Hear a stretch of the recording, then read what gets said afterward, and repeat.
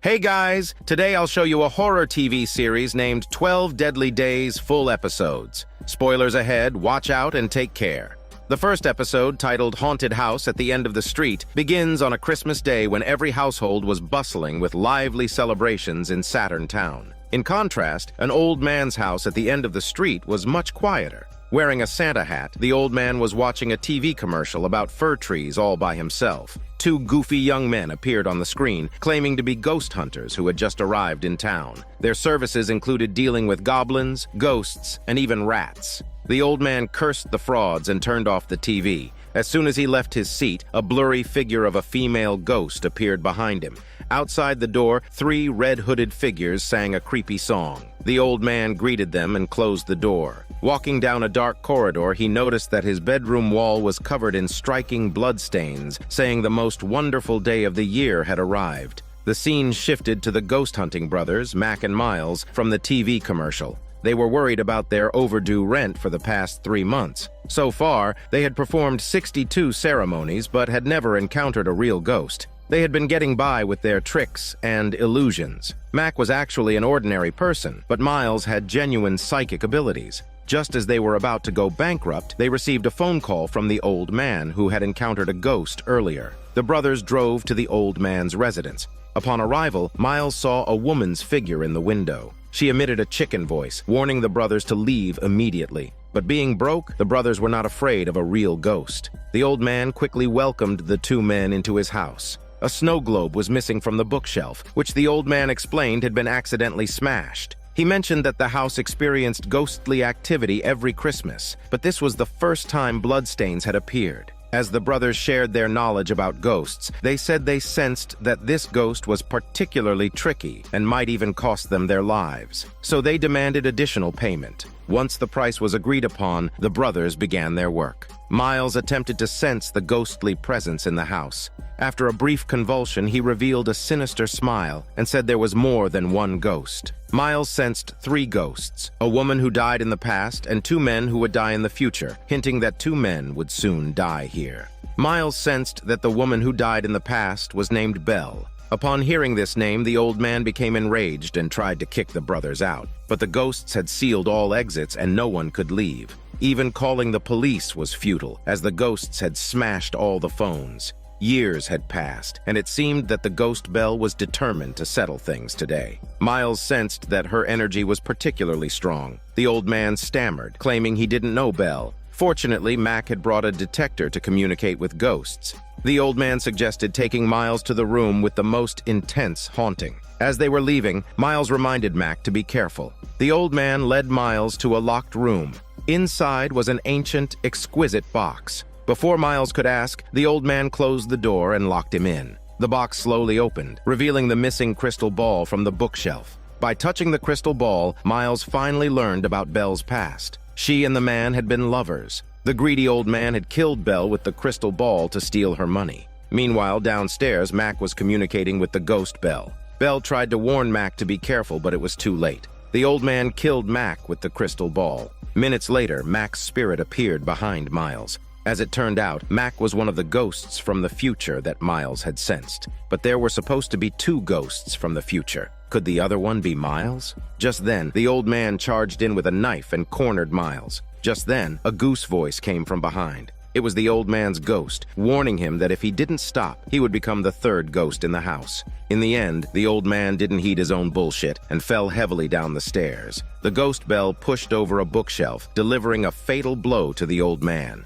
This job didn't earn the 2 brothers a single penny, and they even lost a partner. But Miles, with his psychic abilities, could still communicate with Mac's ghost. From then on, they continued their ghost-catching business, catching ghosts when there were ghosts, and Mac could help with creating illusions when there were none. On their way back, Miles stopped by a tree shop and bought a small Christmas tree. He shook hands with the enthusiastic owner and bid him farewell. Miles sensed that the owner's days were numbered, so he advised him to close early and rest. Just as Miles drove away, something rushed out from the woods and attacked the owner. The owner tried to escape the monster's attack and flee back to his house, but he didn't have the strength. In the end, he became the monster's meal. This marks the beginning of the second episode, titled The Killer Furs. A few days later, the tree shop owner's daughter, Willow, returned to her hometown and was picked up by her long-lost uncle. The police attributed her father's death to a ruthless tree thief. Due to flight arrangements, Willow didn't make it to her father's funeral. Strangely, just a few days after her father's death, the number of fir trees in the woods doubled. Willow was an environmentalist, which caused her relationship with her logging father to become very tense.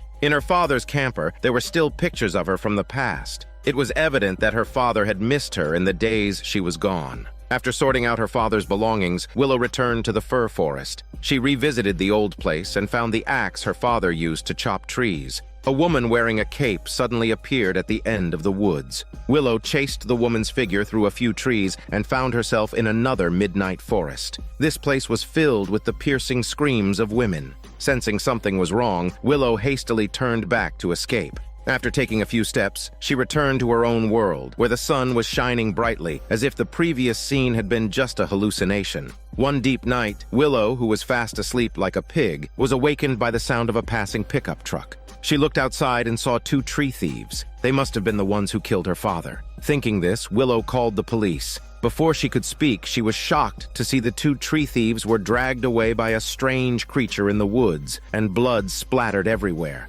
According to the autopsy report, the bodies of the thieves were drained of blood. Since the perpetrator was not caught, the police could only attribute their deaths to a wild animal attack once again.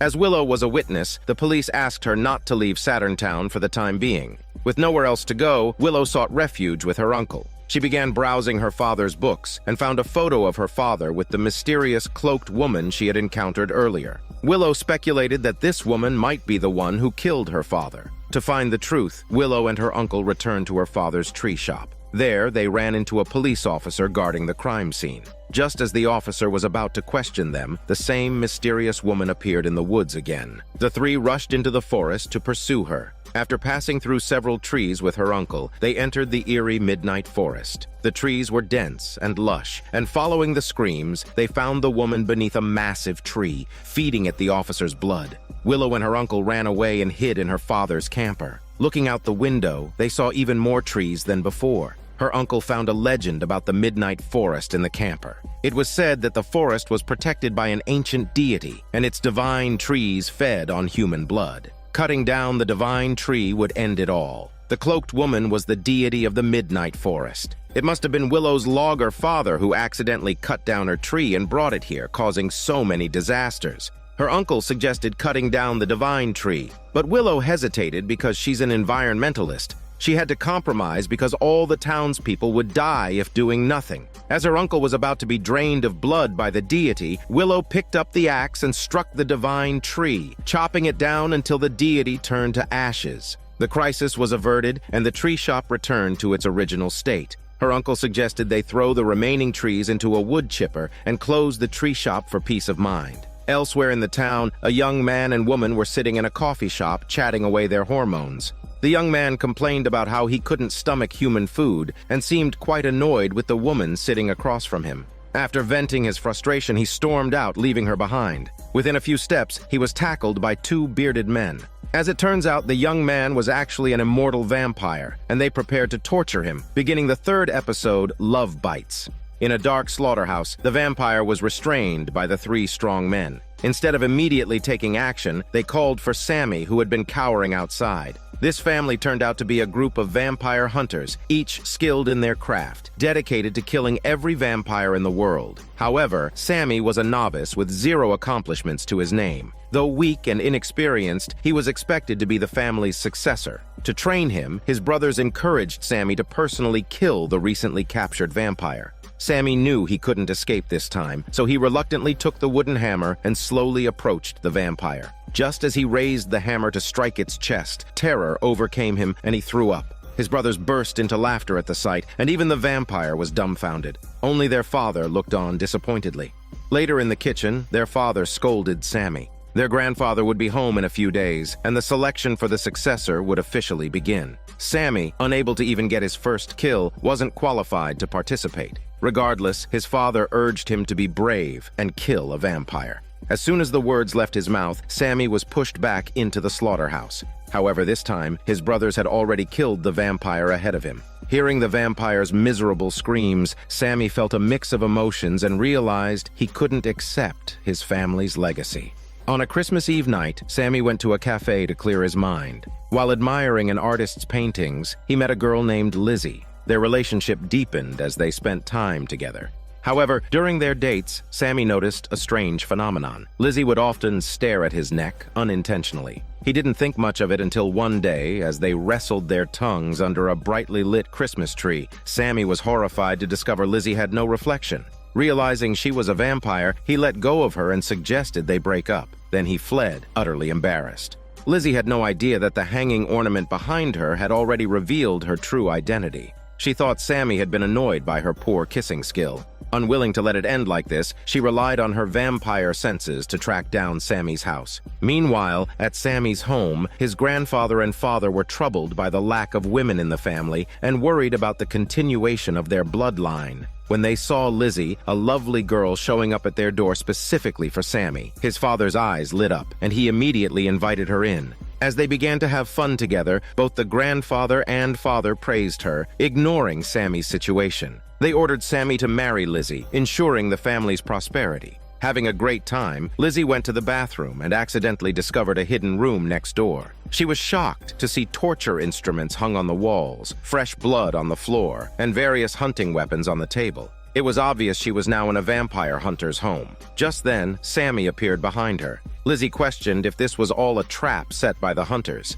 Sammy denied it, claiming he truly loved her and was worried her identity would be exposed. He planned to help her escape immediately. However, before they could leave, the grandfather, reluctant to part with Lizzie, gave her a farewell hug. This embrace made Lizzie scream in pain as a burning crucifix pierced her chest. Everyone was dumbfounded and immediately subdued her. Just as the grandfather prepared to stake her, Sammy snatched the weapon and drove everyone away, claiming he would handle everything himself. Lizzie's screams could be heard from the slaughterhouse. Believing Sammy had finished the job, the grandfather and father prepared to enter and burn the body. But they saw Lizzie perched on the ceiling like a giant spider. In an instant, she revealed her terrifying fangs. Caught off guard, the brothers and father were brutally killed by Lizzie, and the grandfather was stabbed to death by Sammy. It was incredible. Sammy had annihilated his entire family for a woman. Afraid, Sammy called out Lizzie's name. The now possessed Lizzie was seeing red and didn't care who he was, grabbing Sammy and pinning him to the ground. Just as she was about to bite through his neck, Sammy managed to persuade her to stop.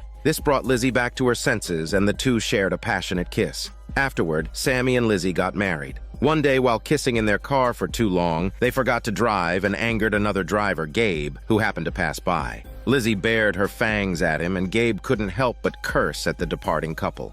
And so they drove on, not knowing how long they had been traveling. Gabe, unable to wake the sleeping Mike, reached down to grab a drink to quench his unbearable thirst. Unexpectedly, a blinding red light suddenly appeared before their eyes, followed by a deafening crash and beginning the fourth episode, Reindeer Games. The atmosphere became tense after the collision. Mike and Gabe hurriedly got out of the car, and upon investigating with a flashlight, they found their vehicle was completely broken down. Gabe sighed in frustration, but they were shocked to discover that they struck a massive Christmas reindeer. The reindeer was taking its last breaths, and its bright nose gradually dimmed like a light bulb, before finally being extinguished with its death. Gabe believed they had brought terrible misfortune upon themselves. Legend had it that killing a Christmas reindeer would bring bad luck. However, Mike didn't think much of it. It was just an ordinary wild animal after all. Gabe retorted that he had never seen a wild animal with a light bulb for a nose. Regardless, they had to focus on escaping. As it turned out, Gabe and Mike were wanted jewel thieves, evading the police and two other accomplices they had crossed. To save time, they dragged the reindeer's body to the side of the road and continued driving, planning to pick up a new car at Gabe's house. Gabe's mother, who was a medium and hadn't seen her son in a long time, was overjoyed, but she had no idea Gabe was a theft and believed her son was a busy astronaut. With fleeing on his mind, Gabe hastily made small talk with her before rushing to the backyard to get the car. Just as he and Mike were about to drive away, a blonde woman appeared in front of the car with a flash of the headlights. She was an elf from the North Pole. With a snap of her fingers, she stopped the car. The elf told Gabe that he had just killed Santa's favorite reindeer, and so he would soon become a reindeer to replace it. Upon hearing this, Gabe removed his hat, finding 2 antlers growing from his head. The elf grinned and said that unless the reindeer came back to life, he would turn into one by the next morning. Gabe was dumbfounded. He felt his head start to ache and his bones breaking inside him. Meanwhile, his mother remained calm. She instructed Gabe to carry the reindeer's body into the house, and she would use her spiritual powers to revive it. However, Gabe didn't move, instead scolding her for meddling. He accused her of taking herself too seriously as a medium. These words brought tears to her eyes. She suddenly slapped a fly out of the air, then chanted a few words. Within seconds, the fly miraculously came back to life. Gabe was stunned by the scene. If only he knew his mom was so powerful, he wouldn't have turned to robbery. Gabe and Mike immediately went to the scene of the accident and dragged the reindeer's body back. During this process, Gabe had already started to transform into a grotesque and terrifying creature, neither human nor ghost. It was clear that there wasn't much time left for him. Everything was prepared, and his mother had set up an altar outside the house. However, when she said that the resurrection might take an entire night, Mike became furious. Staying there for a whole night would be like handing themselves over to the police on a silver platter. He said that he wouldn't wait any longer and wanted to leave with the stolen goods right away. Upon hearing the word stolen goods, Gabe's mother was taken aback. Seeing her confusion, Mike revealed that he and her son were not great astronauts, but rather fugitives on the run. However, she refused to believe this and insisted that Gabe was an astronaut, until Gabe confessed that he was indeed a thief and he had been involved in a life of crime since he grew up, continuously making mistakes such as stealing and drug trafficking. Heartbroken, his mother cried in tears. However, at this moment, nothing was more important than restoring Gabe to normal. During the ceremony, the incantations were chanted loudly and the light on the reindeer's nose began to flicker again. Gabe gradually returned to his human form, but just then, a gun was pressed against his mother's head. It was their 2 accomplices who had caught up with them. After robbing the jewelry store, Mike and Gabe had taken their share as well. The accomplice viciously shot at Gabe, who managed to dodge the bullet by falling to the ground. The shot hit a candle on the altar, causing everything to collapse, and the ceremony was forcibly terminated, causing Gabe to transform even more into a reindeer. To protect his mother, he charged forward and impaled the 2 accomplices with his antlers. Laughter from Santa Claus echoed in the sky. His mother was relieved that her good-for-nothing son had made something of himself and told Gabe she would see him on Christmas Eve. She watched the reindeer Gabe distance itself from her, running across the vast sky, becoming an astronaut in Jesus' heaven. The scene shifts to a space center where they detected an unidentified object flying above the Saturn town. Surprisingly, it seemed to be a carbon-based life form. This cues the 5th episode, Coffee Cups.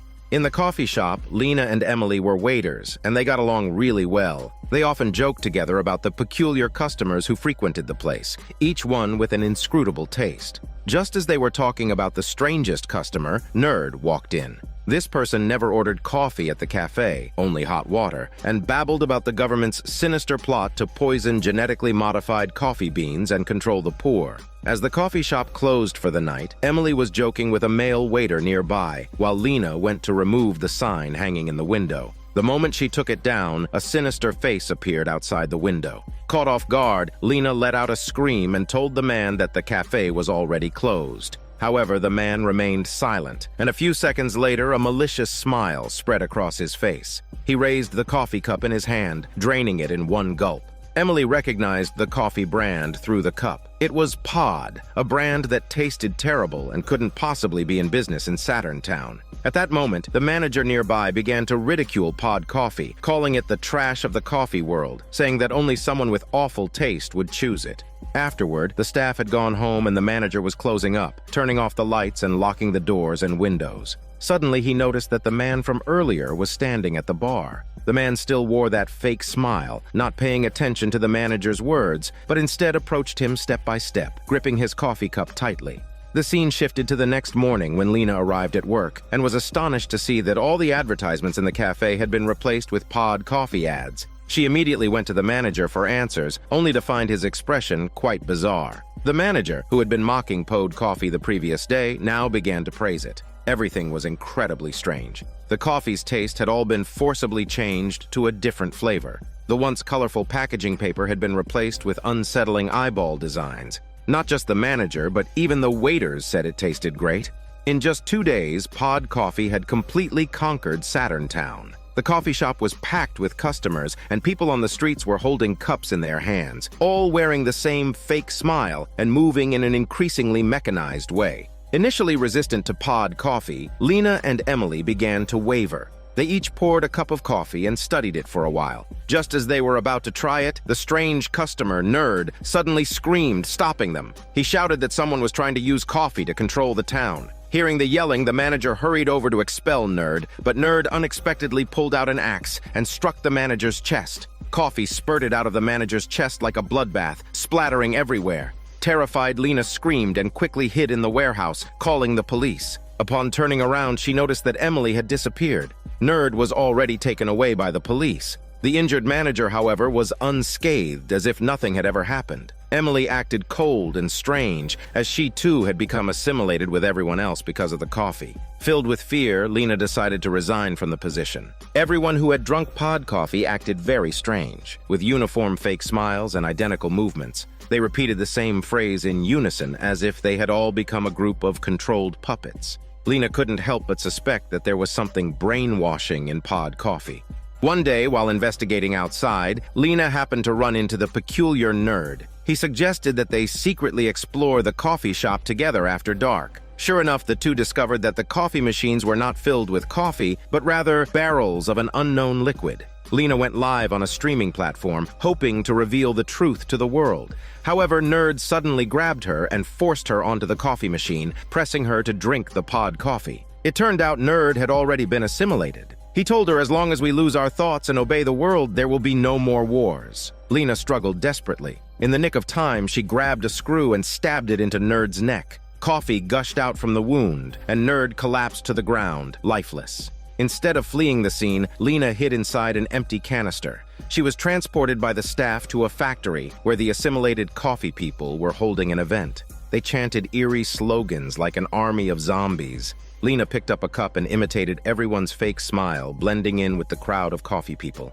At that moment, the mysterious man who had appeared at the coffee shop that night took the stage. He instructed the coffee people to sell more coffee, assimilate more humans, and prepare for the starship's landing on Earth. Lena finally realized that this man was an alien preparing to invade the planet. The eyeball design on the Pod Coffee packaging was the true form of these extraterrestrials. They revealed themselves as a liquid, luring humans to drink them and turning humans into their parasitic hosts and puppets. Understanding everything, Lena tried to escape, but was surrounded by everyone in a corner. They all held coffee cups, offering her the coffee with fake smiles. Knowing there was no way out, Lena took the coffee and drank it down. The scene shifts to the town's sheriff's home. It turns out that the coffee lady Lena was also the babysitter working for the sheriff's family. Over the phone, Lena's voice was as cold as a robot's. She quit her babysitting job and recommended Pod Coffee to the sheriff, who hung up the phone in confusion. Since Lena had quit, the sheriff and his wife had no choice but to hire another student, Morgan, as a babysitter on Christmas Eve.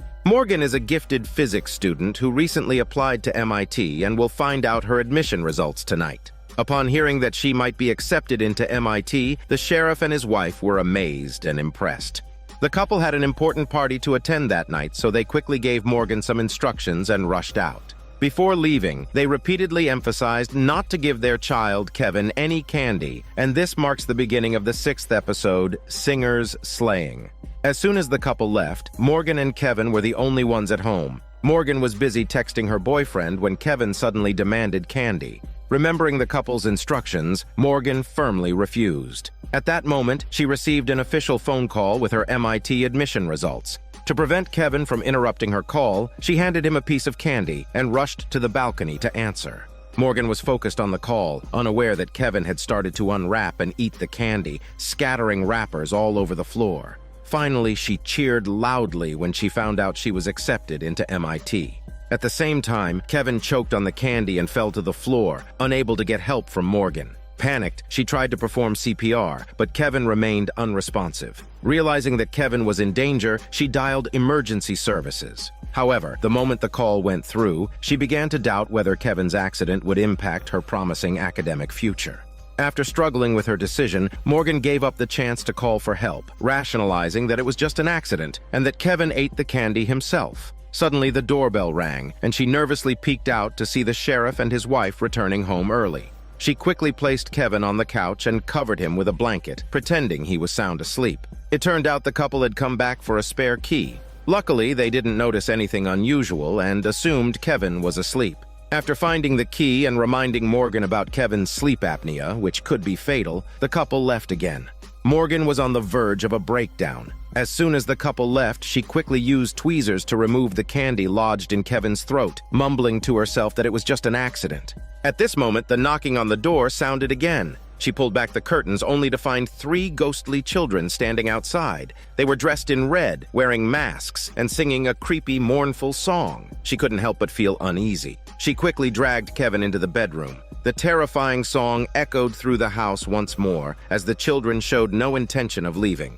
They even smashed the window to break into the house. Reflected in the mirror by the door, the children stood at the foot of the staircase, staring silently at her before running up the stairs. Terrified, Morgan grabbed a fire poker and quietly went upstairs, only to find that Kevin's bedroom door had been opened. As she held her breath and entered the room, she was suddenly grabbed by a dark figure. Upon closer inspection, it was her boyfriend. It turned out he had come to find her after she hadn't replied to his messages, worried about her. Morgan didn't confess to her boyfriend about Kevin choking to death. When he heard that she had been accepted into MIT, he went downstairs to get the sheriff's wine to celebrate. As he turned around, he found the 3 ghostly children staring intently at him. On the other side, Morgan finally managed to get Kevin onto the bed. Suddenly, she heard the sound of a wine bottle shattering downstairs. Worried about her boyfriend, she hurried down, only to find that the living room couch had been decorated with colorful lights. Upon closer inspection, her boyfriend had been stabbed to death on the couch.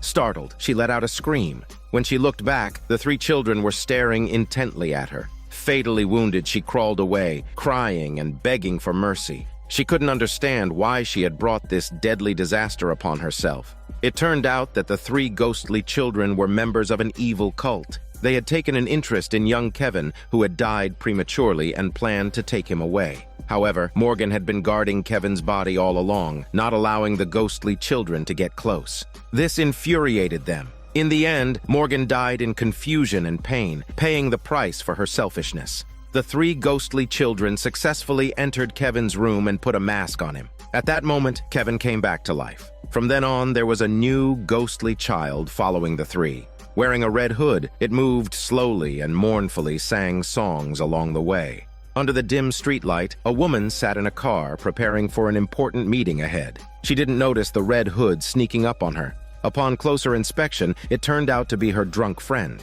The 2 laughed and played, unaware of a pair of eyes stealthily watching them from behind, indicating the 7th episode, Nuts Cracking. In order to celebrate the company's business, the boss asked his assistant, Amy, to arrange a Christmas party. The employees, however, would have preferred a larger year-end bonus instead of the party. With the mindset that it's better to enjoy together than alone, the employees handed in their phones and entered the party venue, which turned out to be just an ordinary office. This was somewhat disappointing for everyone. Amy found a small gift box on the floor.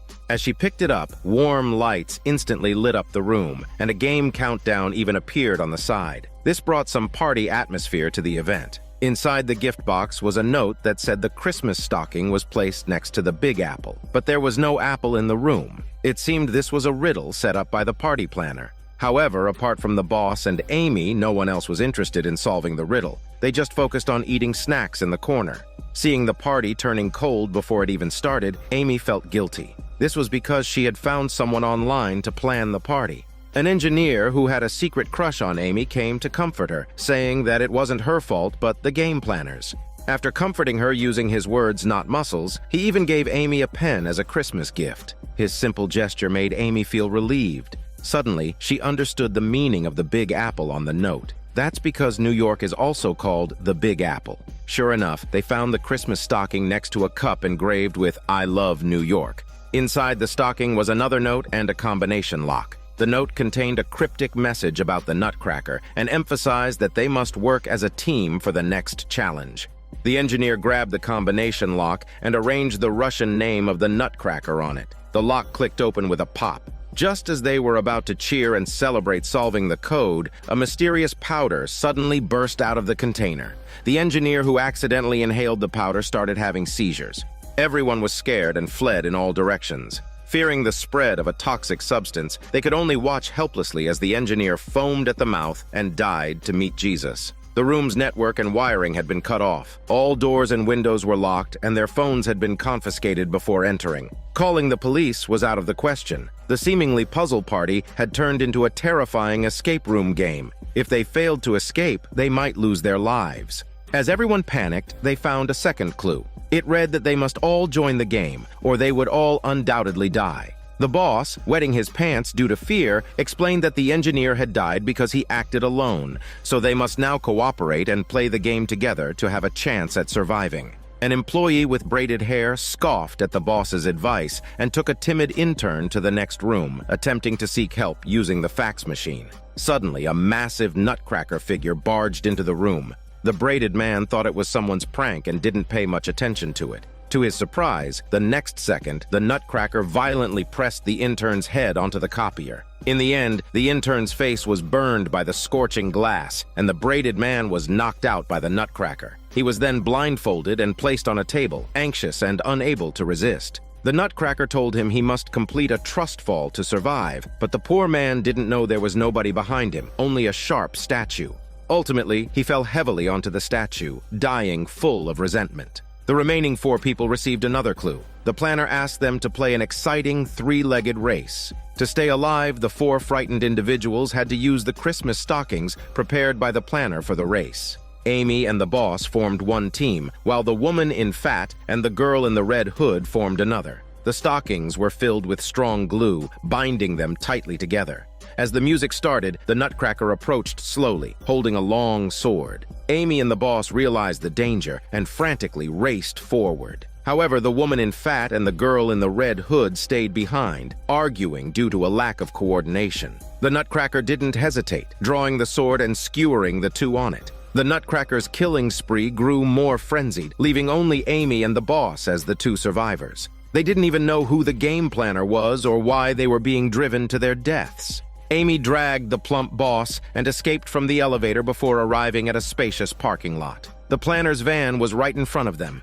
They nervously opened the back door only to find countless corpses filling the back seat. It turned out that the game had been a trap from the beginning. The killer had murdered the game planner and turned what should have been a harmonious Christmas party into a bloody killing spree. With nowhere to run, the boss and Amy could only cling to each other, awaiting their fate. Suddenly, the Nutcracker figure appeared, raising its sword and viciously stabbing the boss. It then slowly approached the terrified Amy. Just as she thought she would be pierced by the sword, the Nutcracker hesitated and removed its mask, revealing its face. It was the engineer who had been secretly in love with Amy. It turned out that the engineer was a paranoid psychopath who had had enough of his stingy boss and nagging co-workers. He had carefully planned the party, pretending to be poisoned and hiding in the shadows, controlling everything. He then seized the opportunity to kill the boss and co-workers one by one. The engineer wanted to be with Amy, but she was terrified and wanted to get away from him.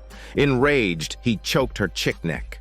As Amy struggled to breathe, she took out the pen the engineer had given her and forcefully stabbed it into his face. The engineer screamed and collapsed, never to rise again. Amy survived but became mentally unstable, limping out of the company and starting the 8th episode, Elves Ascending. In the park, a man dressed as Santa Claus asked Amy for a donation. However, Amy just gave him a cold glance before hurrying away. This guy was named Chris, a swindler who loved to drink, gamble, and was always broke. From time to time, he would pretend to give friendly blessings to passers-by. Eventually, his girlfriend recognized him as she was passing by. She thought Chris had turned over a new leaf, but instead discovered him scamming people here. Furious, she cursed him and broke up with him.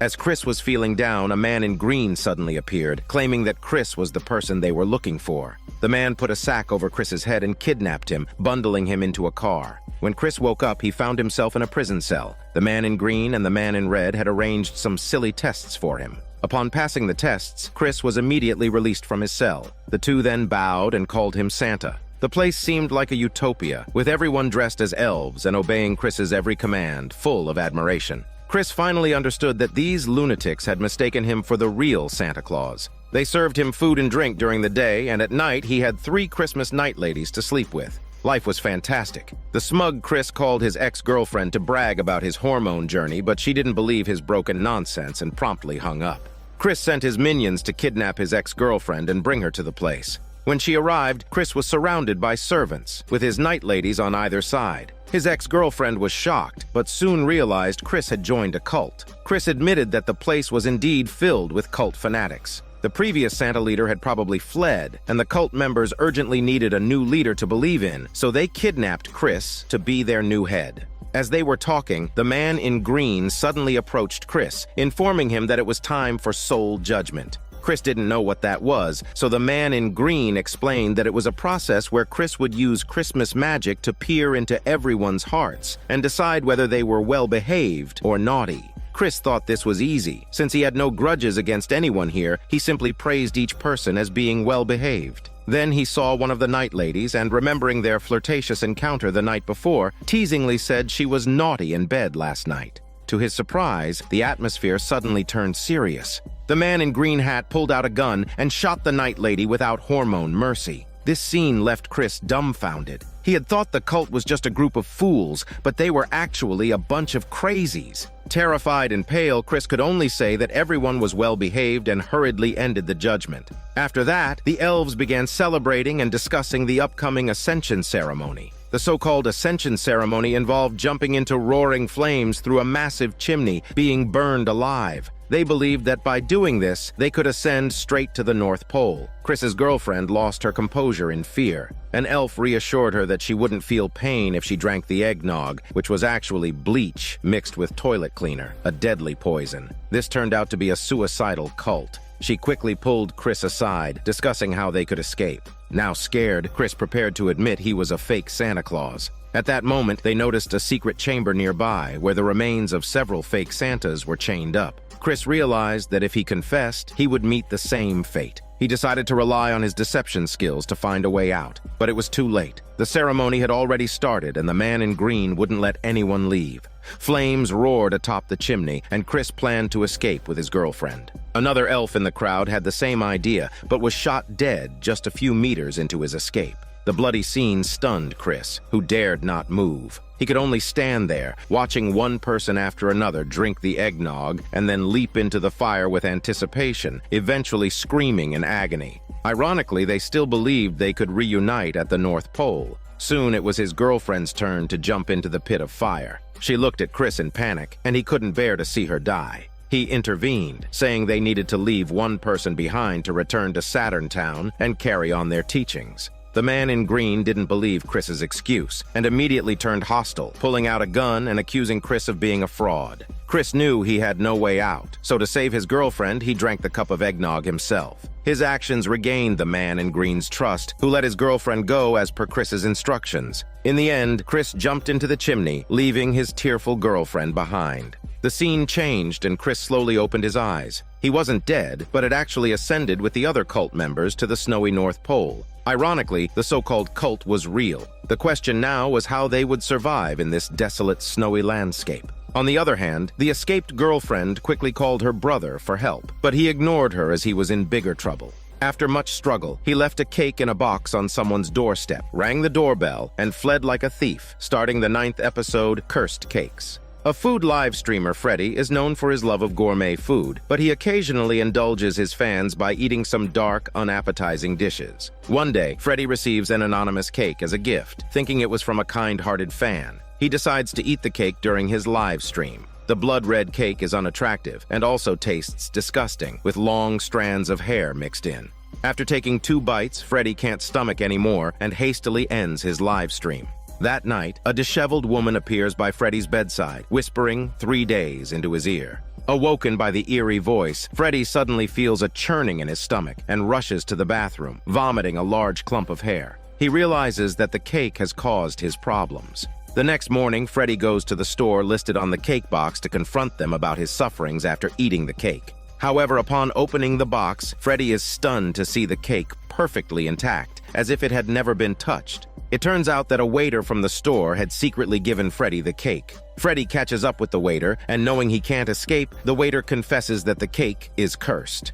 Legend has it that many years ago, there was a cake lady in Saturn town. She would enthusiastically bake cakes for others to enjoy, but because the cakes were not looking good, no one would try her cakes. Some would even return the cakes to her. Heartbroken, Cake Lady disappeared overnight, leaving behind the cursed cake in Saturn town. Anyone who takes a bite will be cursed. Everything eaten will turn to ash, and on the third day, Cake Lady will come to claim their life like a grim reaper. The only way to break the curse is to pass the cake on to someone else within 3 days. Later, a homeless man wants to try the cake, but Freddy refuses to give it to him, not wanting to harm any innocent person. Instead, Freddy gives the cake to his wicked uncle, with whom he has always had a poor relationship. Relieved, Freddy prepares a feast, having gone hungry all day. However, as soon as the food enters his mouth, it turns to dust. Suddenly, Cake Lady emerges from the fridge, gripping Freddy's neck and coldly informing him that he has 2 days left. It turns out that his wicked uncle did not eat the cake.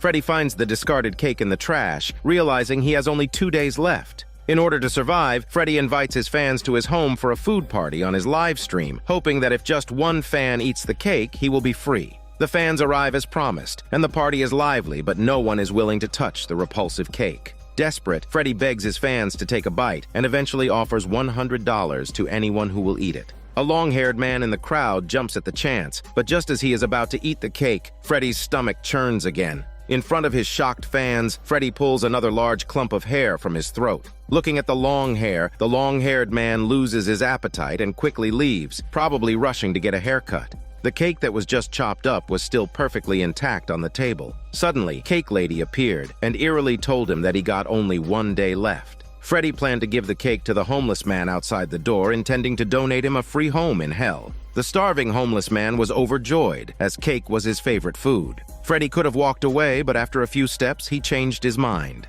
He didn't want to hurt this poor man, so he took the cake back, intending to bear the curse alone. Freddy hadn't eaten or drunk for 3 days, and at this point, he was listless. He recorded a farewell video, waiting for Cake Lady to claim his life. Starving, Freddy tried the cake again. As soon as he took a bite, he began to convulse, and in an instant, his thoughts followed Cake Lady back to the past. It turned out that Cake Lady was beautiful in her lifetime. Every year, she would personally make a cake for her nephew, but he never ate a bite. Instead, he gave the cake away. After the cake was passed around, it unexpectedly returned to Cake Lady's hands. She was heartbroken. She stubbornly stuffed the cake into her nephew's mouth, insisting that he taste it, but the boy accidentally killed her while resisting. Back to the present, Freddy finally understood that Cake Lady just wanted someone to taste her cake. As a result, he began to devour the cake ravenously. At the same time, Cake Lady emerged slowly from the fridge. Her cake was indeed difficult to swallow. Freddy ate and vomited, but eventually finished the cake completely. Cake Lady carefully inspected Freddy's mouth, fearing he hadn't swallowed it. Freddy lied and said the cake was delicious. She then left, satisfied. Having broken the curse, Freddy returned to live streaming. He even invited the homeless man from outside his door to his home to share a cake feast. Since Freddy put Cake Lady to rest in peace, he became the town's hero. The story ends here and shifts to the 10th episode, Cameras Rolling.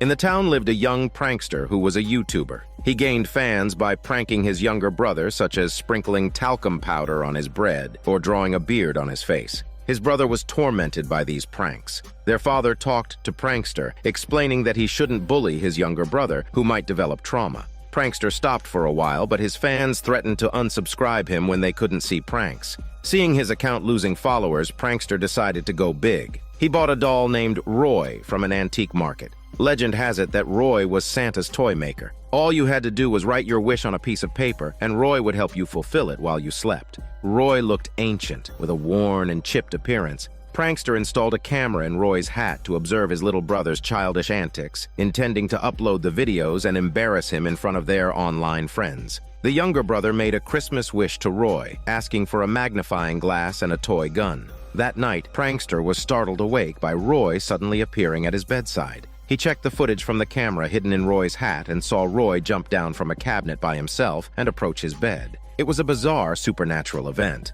However, Prankster thought his brother was playing tricks on him. To catch his brother in the act, Prankster installed surveillance cameras throughout their home, hoping to record his brother's pranks. Over the next few days, Roy would mysteriously appear at their door. Prankster complained to his father about his brother using Roy to scare him, but their father said his brother wasn't home. Strangely, the Christmas tree was inexplicably filled with gifts for the younger brother. Their father thought Prankster was pranking his brother again, so he forced Prankster to open the gifts. To their horror, they found disgusting bugs and animal corpses inside. Enraged, their father scolded Prankster, telling him not to prank his brother anymore. Prankster was baffled, as he hadn't prepared these creepy gifts. After being chastised by his father, Prankster held a grudge, convinced that his brother was behind it all. In retaliation, he stuffed his brother's beloved Roy into the oven, watching as the doll was burned beyond recognition. The brother was terrified and screamed. This act left a lasting psychological impact on the younger brother. That night, their parents were out, leaving Prankster and his brother home alone. However, Prankster discovered that his brother, who should have been sleeping in his room, was missing. Prankster didn't care about his safety, instead turning on his computer to upload the videos of his brother making wishes to Roy. Prankster noticed that his brother's wishes to Roy had been normal at first, but perhaps fed up with Prankster's torment, on the third day, the brother wished for Roy to scare Prankster with bugs. Prankster then realized that the bugs in the gift box weren't his brother's doing, but were from the puppet, Roy. He realized that the doll could really grant its owner's wishes, just like in the legend. Prankster felt a chill down his spine. He checked the camera hidden in Roy's hat and saw his brother climbing onto the roof with Roy. The brother wished for Prankster to disappear. Upon hearing the command, Roy jumped down the chimney and into the house, heading to the kitchen to grab a knife. Prankster was terrified and didn't know what to do. He finally realized that he had turned his innocent brother into a madman through relentless pranks. Prankster tried to escape but found all the doors and windows had been sealed shut. In the end, he was caught by Roy and stabbed to death, paying the price for his ignorance. That night, the brother carried a disfigured Roy to the town's theater. Outside the entrance were the 4 vengeful ghost dolls that had appeared in the previous episode. Wearing an expression of indifference, the brother strode into the theater. 3 men in black stood eerily at the doorway, but the guests were oblivious to the dangerous feast that was about to begin, and the scene shifts to the 11th episode, Phantoms Frightening, which begins 11 days before Christmas Eve. The strict director, Nico, was rehearsing a play in the theater. After his speech, the actors looked at him with admiration. At that moment, the actress, Pepper, noticed the sack above the director's head suddenly fell down, but she managed to save the director just in time. When Pepper looked up, she saw a ghostly nun disappearing in a corner. Everyone thought she must have imagined it. The scene changes to the ghost-hunting brothers, Mac and Miles, discussing Christmas tree decorations. Mac, who had become a ghost in the first episode, was still feeling downhearted. He had thought that becoming a ghost would make him more powerful, but he couldn't do anything. Then Pepper visited, saying she had seen a real ghost at the theater. The theater in Saturn town had witnessed a murder over 100 years ago and had been unused ever since, until a recent anonymous donation led to its renovation for a Christmas Eve play. Fearing the ghost would ruin their performance, Pepper invited the ghost-hunting brothers to help. Since Pepper was pretty, Miles, who prioritized beauty over friendship, charged her very little. Notably, as Mac was a ghost, Pepper couldn't see him. Trusting Miles completely, Pepper took him to the haunted theater. Sitting on the floor, Miles tried to sense the ghost, but the theater was strangely quiet. Mac suddenly ran out of the theater, covering his nose. He had started bleeding profusely from his nose, which was strange since he had been dead for so long. Mac sensed a terrifying force in the theater, although Miles remained skeptical and didn't believe there were any ghosts, as nothing could escape his keen eyes. Miles proceeded to flirt with the girls under the guise of exorcising ghosts, and soon bumped into the theater's director. Nico was a difficult person, but to make him let Miles stay, Pepper lied, saying Miles was the lead actor from another theater. Nico mentioned he had once performed in the tragic nude play, Faust. Miles quickly praised Nico's body, saying no one would dare perform nude without a great figure.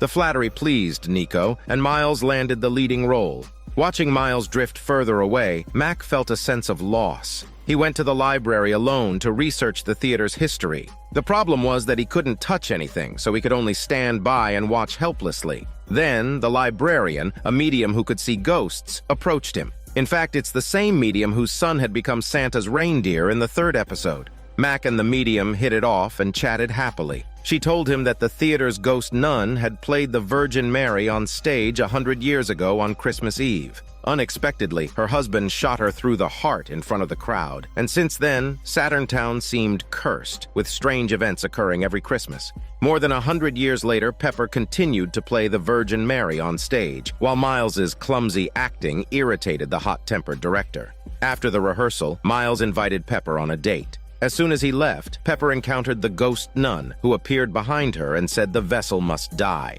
Terrified, Pepper ran out of the dressing room, her arm bruised from the ghost's attack. This time, Mac had no choice but to believe the ghost story was true, but his spiritual power was fading, and he couldn't sense anything. Fortunately, he could still see his own brother. Mac tried to comfort the dejected Miles, but as they spoke, Mac suddenly disappeared. He was standing right in front of Miles, who could no longer see him. This meant that Miles's spiritual power had vanished completely.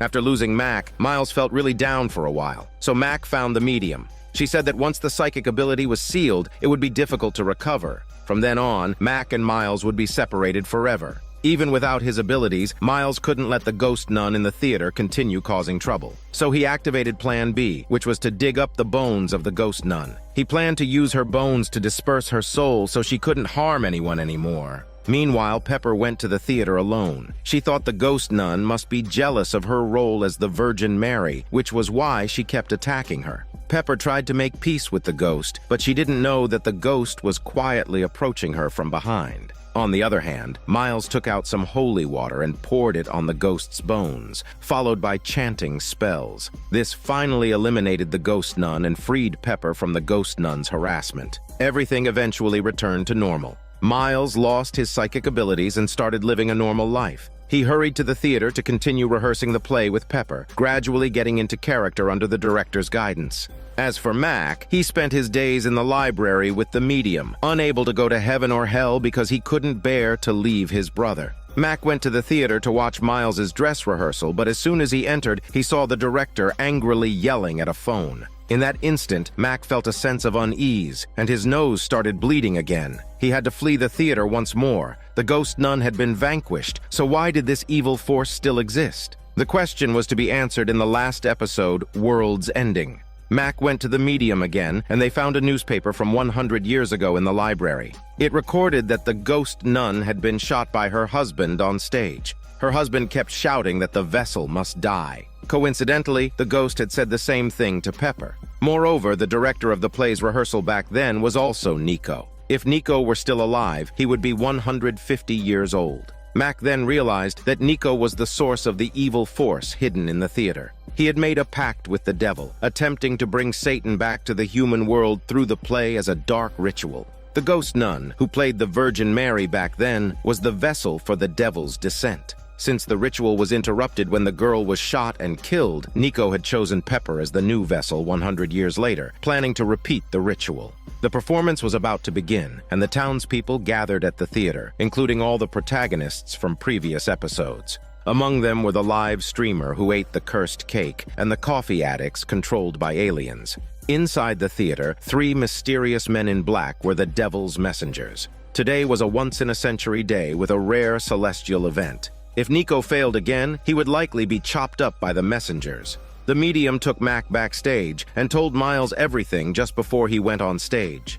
As the 3 prepared to disrupt the performance, they were stopped by Nico, who pointed a gun at them. The 150-year-old Nico had been watching the brothers since they arrived in town. It turns out, to prevent them from interfering, he used witchcraft to strip Miles of his psychic powers, turning him into an ordinary person. The ghost nun had been trying to prevent the ritual from starting by harassing Pepper, but she didn't expect to be destroyed by Miles's actions. Nico trapped Miles and the medium in the dressing room, deciding to play the lead himself. The scene was about the Virgin Mary giving birth in a stable. He tied Pepper to a pillar and began chanting spells. After the chanting, Pepper let out a terrified scream, but in a chicken voice. Nico lifted her clothes to reveal that the fake belly made with a pillow had turned real. The baby inside her belly was none other than Nico's master, the devil Satan. The audience in the theater stood up to protest, but they were quickly subdued by Nico's evil power. Meanwhile, the weakened Mac was trying to find a way to rescue Miles and the medium, who were tied up. However, as a ghost, he couldn't touch the ropes. After multiple attempts, he had no choice but to give up. With time running out, Miles and the medium asked Mac to go to the stage to stop the ritual. They encouraged him to focus and be strong. On stage, Nico raised a dark dagger to deliver Pepper's child. Accompanied by her screams, a demonic baby squirmed in Nico's arms, pretty annoying. The puppets in the audience cheered, raising their arms, including the coffee addicts. It seemed that Satan's power was much stronger than the aliens. Mac rushed to the stage, trying to pick up the dagger that was discarded nearby. After several attempts, he finally succeeded. He raised the dagger and charged toward the baby in Nico's arms. Due to low budget, the following scene was depicted with Mac's hand-drawn illustrations. In short, Mac fought a fierce battle with the devil, eventually defeating him and his followers, restoring justice. After this ordeal, Miles's psychic powers were restored, and everyone's memories of the event disappeared, as if the battle had never happened. The ghost-hunting brothers continued their business, welcoming a new client. The client told them that there was a problem with the local coffee shop in town. All the people who drank coffee there had become puppets. The devil had disappeared, but the issue of the aliens in Saturn Town remained, indicating that more TV series were supposed to be made to cover the alien hunting journey in Saturn Town. This is Daniel CC Movie Channel. Stay safe and enjoy your day.